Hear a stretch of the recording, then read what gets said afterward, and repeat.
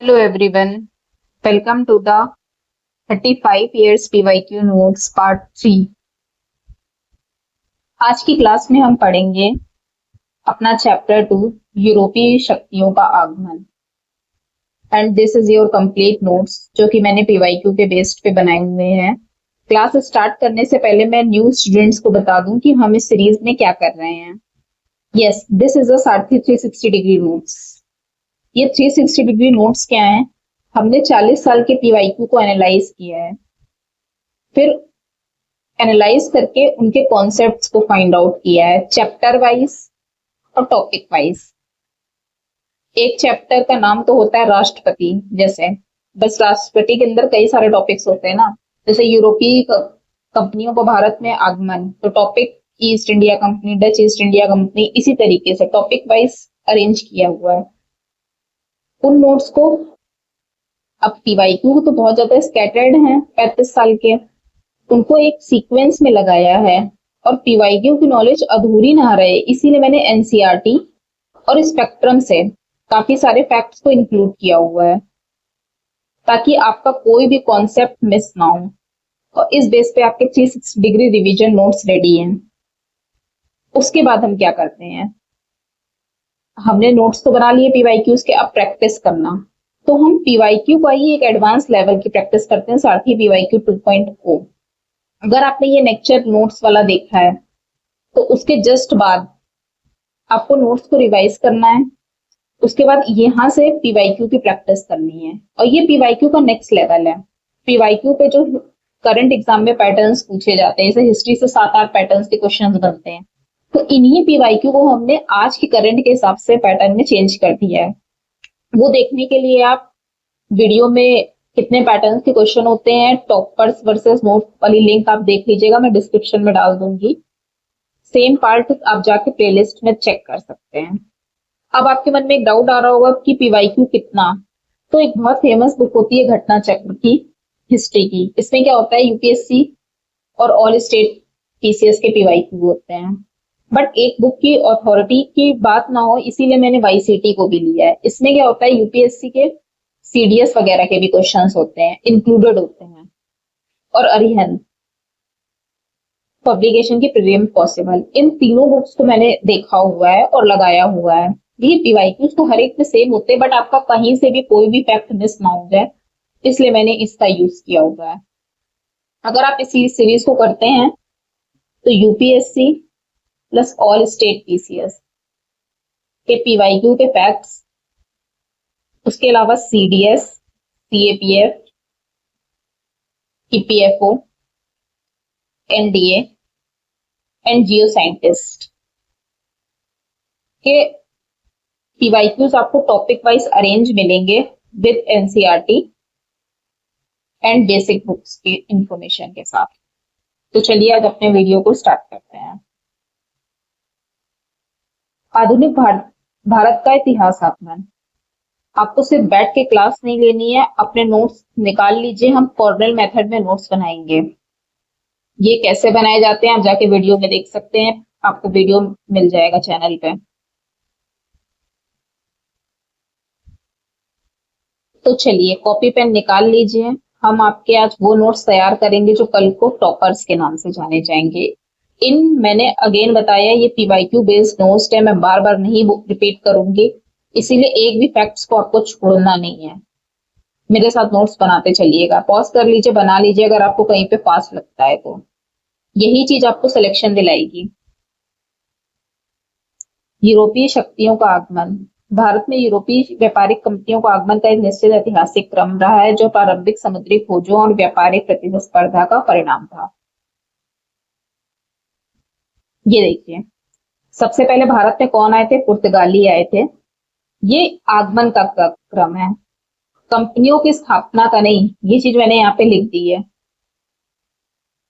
British company की स्थापना का क्रम अलग है, और ये PYQ में आगमन का क्रम पूछा गया है, तो उसको इसलिए अरेंज कर दिया है। क्रोनोलॉजी पे क्वेश्चन आते हैं, याद कर लेना। पुर्तगाली 1498, डच 1595 या फिर कहीं कहीं 1602, ब्रिटिश 1600 ईस्वी में आए थे, डेनिश 1616 में आए थे, फ्रांसीसी 64 में आए थे। प्रमुख यूरोपीय कंपनियां। अब देखो, ये कंपनियों का क्रम है। ईस्ट इंडिया कंपनी की स्थापना 1600 में हुई। डच, अब उसके सेकंड इंपॉर्टेंट फैक्ट जो आए हुए हैं वो मैंने एक कॉलम में बना दिया है। महारानी एलिजाबेथ का चार्टर उस टाइम पे आया हुआ था 31 दिसंबर को, जिसके थ्रू ईस्ट इंडिया कंपनी की स्थापना हुई थी। डच ईस्ट इंडिया कंपनी की स्थापना 1602 में हुई। बहुत इंपॉर्टेंट ईयर्स हैं ये। Danish East India Company, Dutch East India Company को United East India Company of Netherlands भी बोलते हैं। डेनिश 1616 में, प्रमुख केंद्र फ्रैंक्यूबार, हम आगे पढ़ेंगे।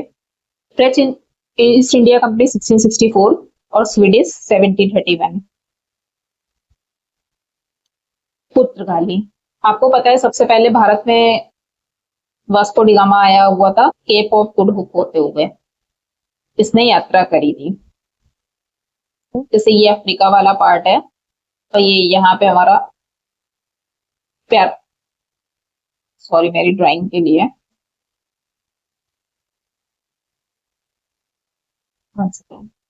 ये अफ्रीका का पार्ट है।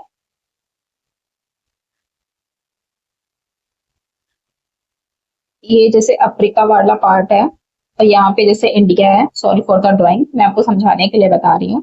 तो ये जो यहाँ पे सुएज कैनाल है जो बनाई गई है एशिया को यूरोप से कनेक्टिविटी के लिए, बट पहले ये यहाँ पे नहीं थी। तो जो यहाँ से व्यापारिक मार्ग होता था वो यहाँ से होता था। ये वास्को डी गामा यहाँ से, ये पॉइंट है यहाँ पे केप ऑफ गुड होप, पूछा गया है, लिख लीजिएगा। केप ऑफ गुड होप से होते हुए ये यहाँ इंडिया आया था। तो ये कहाँ पहुंचा था? यहाँ पे कालीकट में 20 मई को। इसका स्वागत किसने किया था? जमोरिन ने किया था, हिंदू राजा था। विरोध अरब व्यापारियों ने किया था। ये किस लिए आया था? मेनली व्यापारिक मार्गों की खोज के लिए, क्योंकि जो यहाँ से मसाले ले, यहाँ पे अरब का बहुत ज्यादा नियंत्रण हो गया था। अरब पे वो मसाले बहुत ज्यादा महंगे करते थे, तो अब ये निकला था यहाँ पे खोजने के लिए। वापसी कब हुई? 1501 में वह पुनः भारत आया। जब वो यहाँ से गया था ना, तो ये बहुत ही इंपॉर्टेंट फैक्ट है, वास्को डी गामा की सहायता किसने की थी? गुजराती नाविक अब्दुल मजीद ने। इस मार्ग की खोज से व्यापारिक लाभ का 60 गुना इसको वृद्धि हुई थी, जिससे यूरोप में वाणिज्यिक क्रांति का मार्ग प्रशस्त हुआ। गया ये लेके हमारे यहाँ से मसाले वसाले, इसको बहुत ज्यादा फायदा हुआ, तो ये वापस आया। ये इतना लंबा मार्ग को तय करते हुए भारत पहुंचा था। समझ लो ये सुएज कैनल जब यहाँ पे नहीं थी।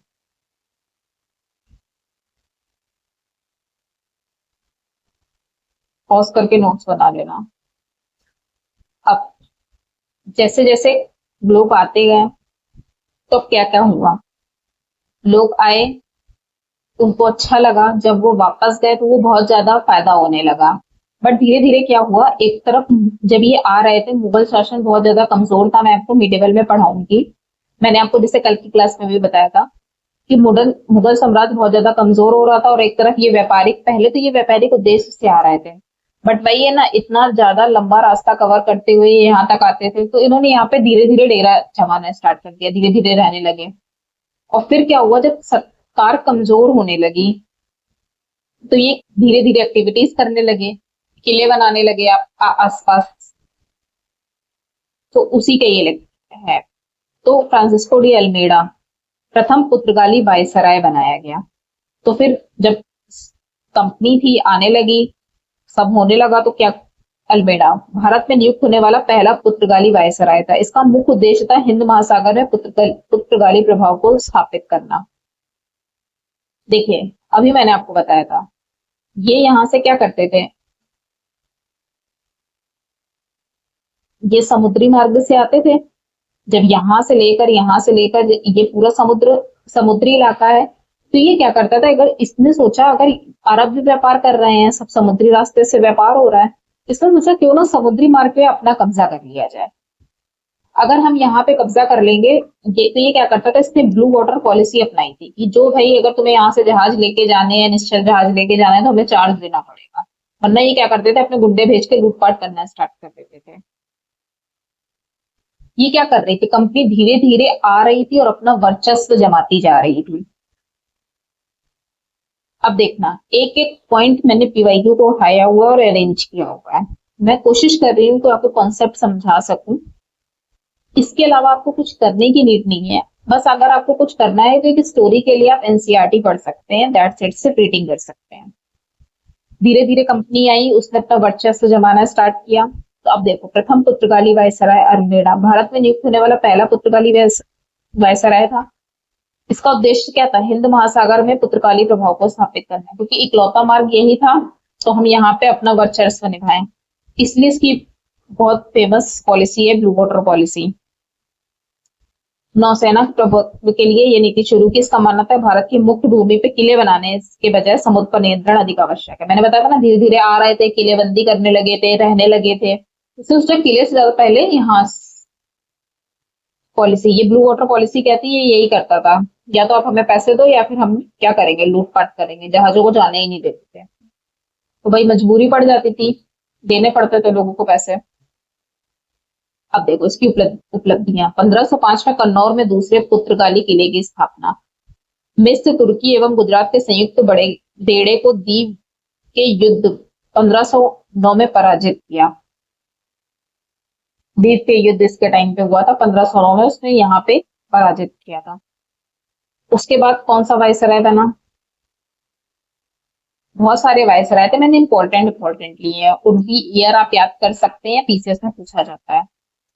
इसको क्या बोलते हैं? पुर्तगाली शक्ति का वास्तविक संस्थापक कौन था? क्वेश्चन फंस सकता है। अल्मीडा ने इतनी बड़ी पॉलिसी लाई थी, बट फिर भी इसको वास्तविक संस्थापक उसको नहीं बोल देते। गोवा का अधिकरण किया था, बीजापुर को यूसुफ आदिल शाह से गोवा को जीता। इसने क्या किया? वैवाहिक नीति अपनाई। पुर्तगालियों को भारतीय महिलाओं से विवाह के लिए प्रोत्साहित किया। मैं कह रही हूँ ना, धीरे धीरे अंग्रेज आ रहे थे, वर्चस्व जमाने के लिए क्या कर रहे थे? किलेबंदी कर रहे थे, धीरे धीरे रहने लगे थे, समुद्र पे अधिकार करने लगे थे। उसके अलावा अब शादियां भी करने लगे थे, ताकि राजाओं से जो उनकी संबंध अच्छे स्थापित हो सके। सती प्रथा पर प्रतिबंध, उसने गोवा में सती प्रथा को प्रतिबंधित किया। अलबुकर्क ने मलक्का और हॉर्मुज पर नियंत्रण कर व्यापार को सुरक्षित किया। इसने प्रशासन को एक संगठित स्वरूप प्रदान किया। हॉर्मुज और मलक्का का रीजन यही वाला है, ये यहाँ से सुएज कैनाल जो जाती है, स्टेट ऑफ हॉर्मुज आपने पढ़ी होगी भाई। अब देखो इंपॉर्टेंट फैक्ट्स यहाँ से। प्रथम कारखाना कहाँ स्थापित हुआ? 1500 ईस्वी में कालीकट में।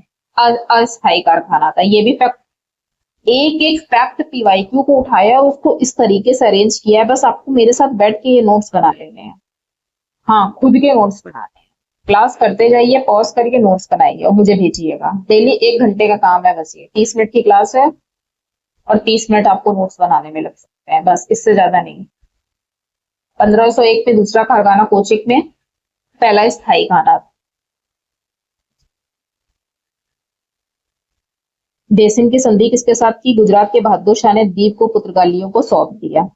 द्वीप 2023 का शायद यूपीएससी का क्वेश्चन है, ये लेटेस्ट है।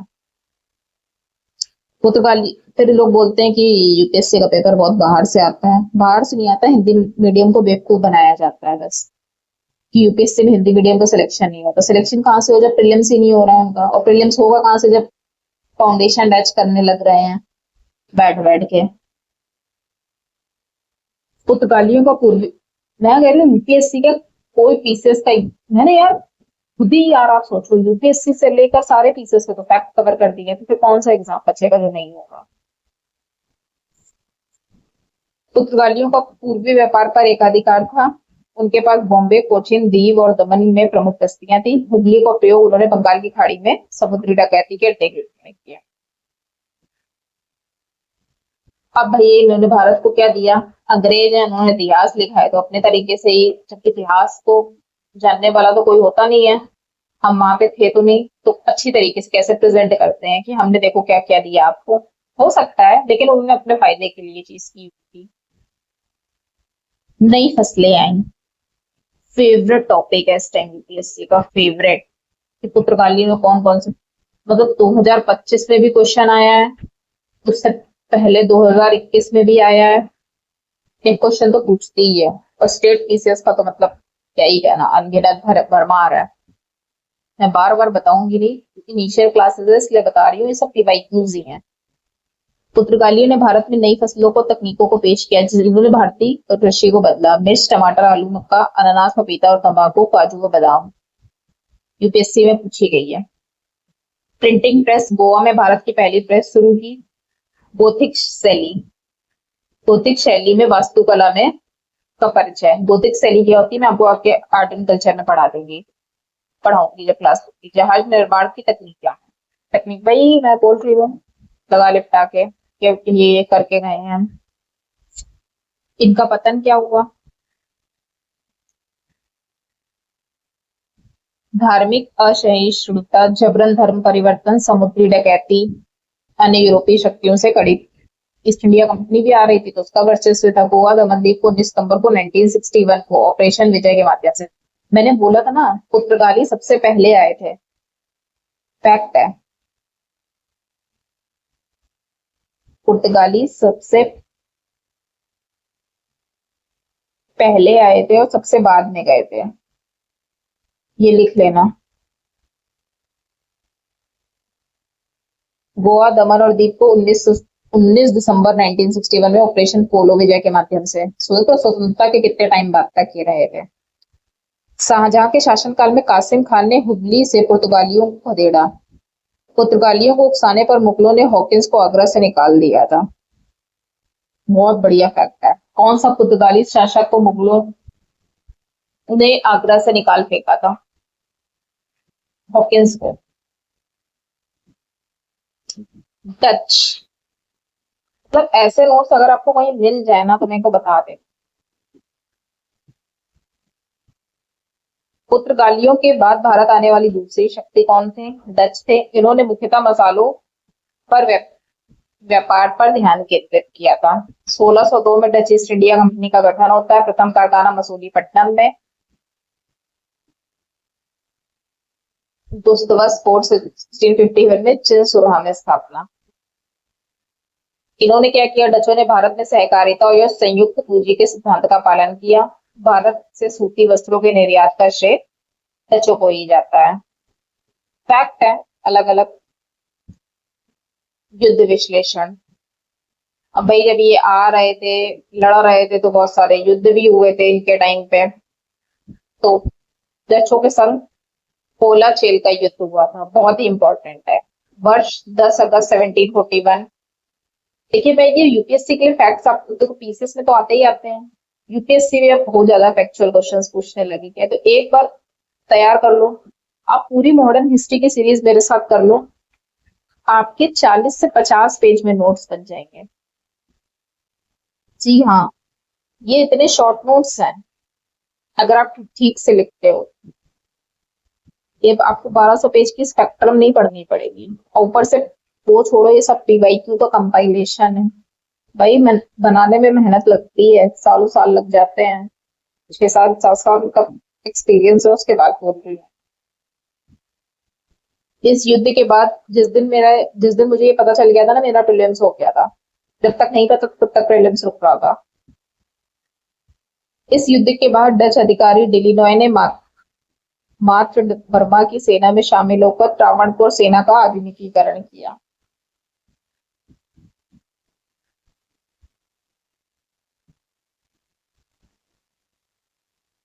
ये जो यूनिक पॉइंट्स वगैरह हैं सब एनसीईआरटी से वगैरह से अटैच करके दिए गए हैं।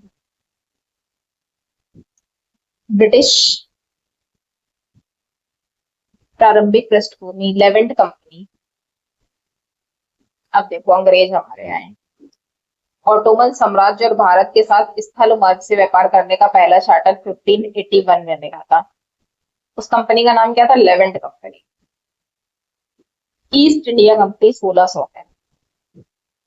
हम अक्सर ईआईसी के बारे में पूछते हैं बट ये भी है। 31 दिसंबर 1600 को महारानी एलिजाबेथ ने 15 वर्षों के लिए पूर्वी व्यापार का एकाधिकार दिया। एकाधिकार का मतलब क्या है? अब सिर्फ ईस्ट इंडिया कंपनी क्या करेगी? भारत के साथ व्यापार करेगी, जिसको ये 1813 में चाय और चीन के साथ व्यापार को छोड़कर लिया गया था।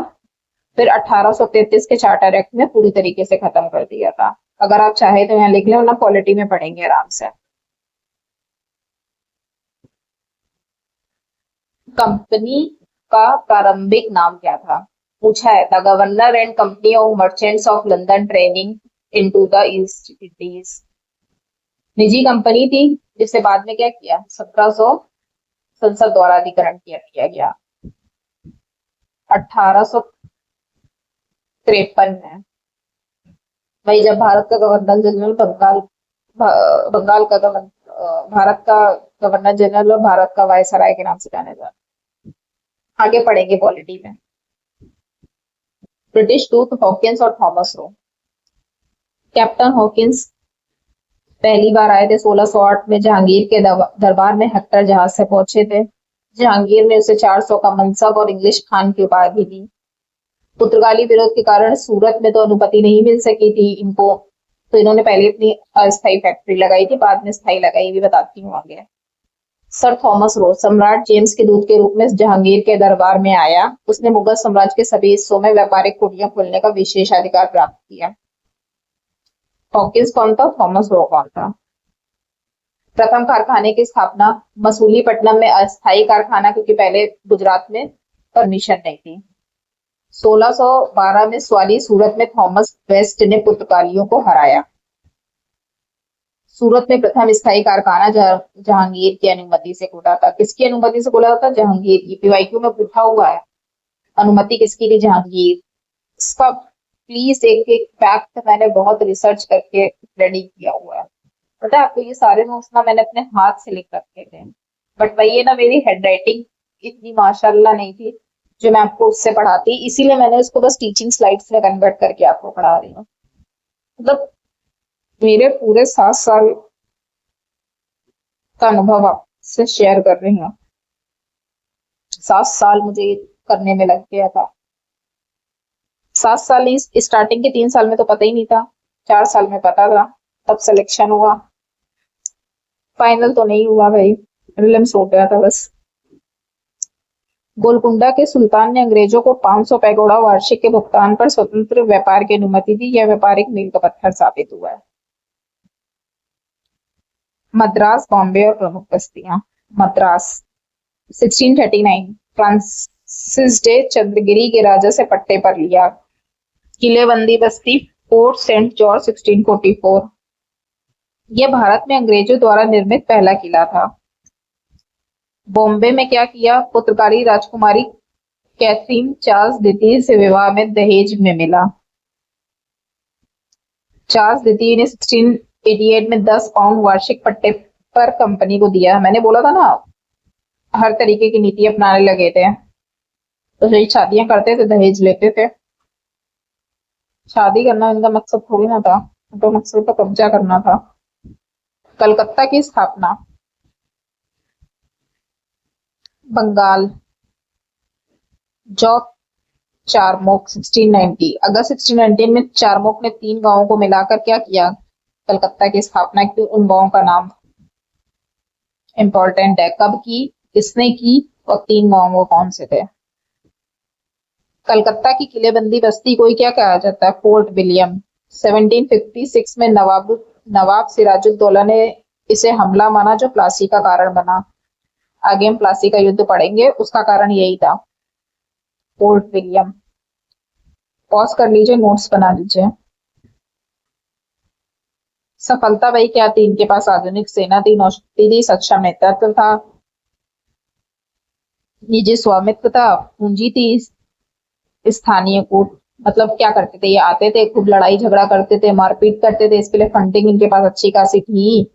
मुगल सत्ता कमजोर ही हो रही थी, छोटे छोटे राज्य आपस में बिखर रहे थे, मैंने लास्ट क्लास में आपको समझाया ही है। ये एक एक पॉइंट में बस लिख लेना, मीन्स में डिटेल में आता है, तब हम मीन्स के नोट्स बनाएंगे तब करेंगे। अब देखो बक्सर का युद्ध, कितने टाइप्स क्वेश्चन बनता है प्रीलिम्स में। वर्ष किनके बीच हुआ? परिणाम संधि दीवानी अधिकार। बस प्रीलिम्स में इससे बाहर नहीं आएगा। 22 अक्टूबर 1764 को हुआ। ईयर इंपॉर्टेंट है, किसके बीच? हेक्टर मुंडो वर्सेस संयुक्त सेना थी। एक तरफ मीर कासिम, हेक्टर मुंडो कौन? अंग्रेजों के साइड से थे और ये हमारे इंडियंस। परिणाम अंग्रेजों की निर्णायक विजय। संधि कौन सी हुई? इलाहाबाद की संधि हुई 1765। दीवानी अधिकार शाह आलम द्वितीय द्वारा बंगाल, बिहार और उड़ीसा के राजस्व अधिकार कंपनी को प्रदान किए गए। साथ कर अब इनको टैक्स लगाने का अधिकार सोचो मिल गया था। भारत की बक्सर के युद्ध ने यह सिद्ध कर दिया भारत का वास्तविक शासक कौन होगा। इसके बाद भारत में द्वैध शासन की शुरुआत हुई। पूछा हुआ द्वैध शासन की शुरुआत किस युद्ध से हुई। पीसीएस में बहुत बार पूछा गया, सीडीएस में भी पूछा गया, अब यूपीएससी में पूछ सकती है। ये द्वैध शासन वगैरह हम पॉलिटी में पढ़ेंगे। फ्रांसीसी ईस्ट इंडिया कंपनी, फ्रांसीसी भारत आने वाली अंतिम यूरोपीय व्यापारिक शक्ति है। स्थापना चीन बैप्टिस्ट कोलबर्ट द्वारा स्थापित। उस टाइम वहां का मंत्री कौन था? लुई चौथे था। प्रकृति यह एक राजकीय कंपनी थी जो पूरी तरह सरकार पर निर्भर थी। इसकी पूरी फंडिंग सरकार से होती, किसी और जगह टिक नहीं पाई थी। प्रथम कारखाना सूरत में किसने लगाया था? फ्रैंकोइस ने। फ्रांसिस मार्टिन ने 1674 में पौंडीचेरी की नींव रखी, जो फ्रांसीसियों का मुख्य केंद्र बना। पौंडीचेरी की नींव किसने रखी थी? ये चंद्रनगर बंगाल में भी उनकी महत्वपूर्ण बस्ती थी। एक एक फैक्ट बस मैंने अरेंज कर दिया है सब पीवाईक्यू से, सब कुछ। प्रथम कर्नाटक युद्ध हुआ फ्रांसीसियों के साथ अंग्रेजों द्वारा। फ्रांसीसी जहाजों पर ब्रिटिश कब्जा और ऑस्ट्रियाई उत्तराधिकार का युद्ध। एक तरफ यहाँ युद्ध चल रहा था, एकदम वहां उनकी सरकारें आपस में लड़ रही थी ऑस्ट्रिया पे। घटना डुप्लेक्स के नेतृत्व में मद्रास पर कब्जा। संधि कौन सी हुई? एक्सलापेल की संधि हुई, परिणाम मद्रास अंग्रेजों को वापस मिल गया। इंपॉर्टेंट पॉइंट आपको कहीं नहीं मिलेगा। इसी दौरान सेंटोम का युद्ध हुआ था, जिसमें फ्रांसीसी सेना ने नवाब अनवरुद्दीन की विशाल सेना को हराया, जिससे यूरोपीय सैन्य श्रेष्ठता सिद्ध हुई। ये तो आप पढ़ लेंगे, लेकिन ये नहीं मिलेगा, ये पीवाईक्यू से ही मिलता है। बुक्स में ये चीजें मिस हो जाती हैं। जो खाली बुक्स करते हैं, जो कोचिंग के नोट्स करते हैं, रिजल्ट आपके सामने है आपकी मन से। द्वितीय एवं तृतीय कर्नाटक युद्ध। डुप्लेक्स की वापसी और फ्रांसीसी प्रभाव का कम होना। और फिर तृतीय हुआ, उसके बाद तो फ्रांसीसी पूरी तरीके से समाप्त हो गए। युद्ध कब? कारण संधि नोट्स लिख लीजिएगा। बॉडी वॉश का युद्ध हुआ, उसी टाइम पे चल रहा था। किनके बीच हुआ? आयरकूट ब्रिटिश वर्सेस काउंट लली फ्रांसीसी। परिणाम अंग्रेजों की निर्णायक विजय, भारत में फ्रांसीसी शक्ति का पूर्ण पतन। क्वेश्चन पूछा गया कौन से युद्ध ने के बाद फ्रांसीसी शक्ति का पूर्णतः पतन हो गया? तो ये पानीपत का तृतीय, ये कर्नाटक का तृतीय नहीं था, पूर्ण पतन यहां से हुआ था। सपना यहाँ पे समाप्त हो गया था। बॉडी वॉश के बाद फ्रांसीसी केवल व्यापारिक केंद्रों तक सीमित रह गए और उन्होंने बस्तियों की किलेबंदी करने से रोक दिया गया। अब क्या करते थे? बस ये व्यापार ही करते थे, किलेबंदी वगैरह नहीं करते थे। विविध यूरोपीय बस्तियां और तथ्य देख लो। डेनिस फैक्ट है। प्राथमिक बस्ती टंक्योबार, अन्य केंद्र सेरामपुर बंगाल। 1845 में सभी बस्तियां अंग्रेजों को दे दी और चले गए। आयरकूट शाहदुद्दौला खान ने राजवंश की नींव रखी। टेलीग्राफ हुआ, यूरोप भारत के बीच पहला कनेक्शन 1865 में। आईएमएस भारतीय चिकित्सा सेवा 1764 में शुरू हुई। बस यहीं तक ये नोट्स थे। हिंदी मीडियम में हमारा बस एक ही वादा है कि आपको हजार पेज के ये पीडीएफ नोट्स ना पढ़ने पड़े। मैंने कोशिश की है इस वीडियो में कि मैं आपको कॉन्सेप्ट की क्लियरिटी दे सकूं, बट एग्जाम पास है।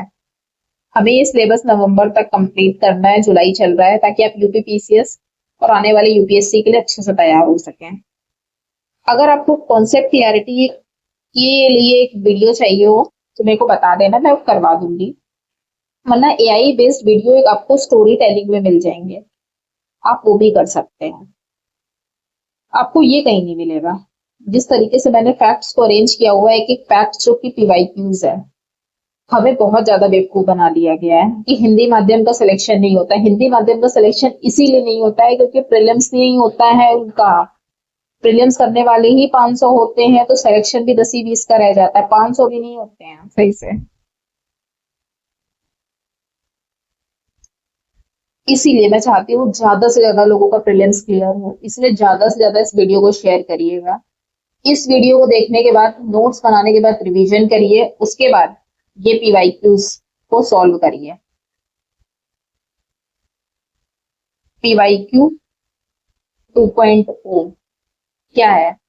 ये जितने भी पीवाईक्यू के फैक्ट्स हैं, अब क्या था, वन लाइनर फैक्ट्स थे ये, जो अब किसी काम के नहीं है, क्योंकि मैंने 1990 से कवर किया हुआ है।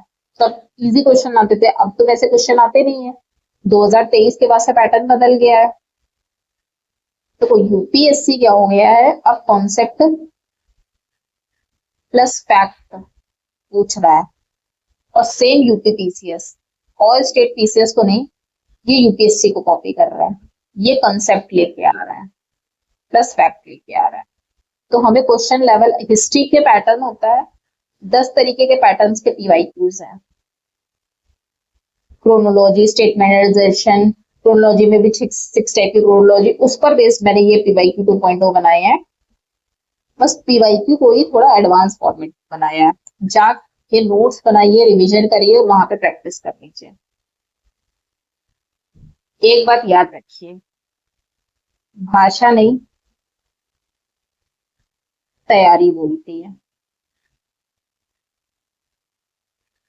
और हिंदी मीडियम सारथी का बस यही उद्देश्य है, आपकी जिस दिन तैयारी बोले और आपका सिलेक्शन हो जाए। बाय। नोट्स बना लिए हो तो मेरे को टेलीग्राम पे भेज देना, जो भी कमी होगी मैं बता दूंगी। Take care. राधे राधे। जय हिंद, जय भारत।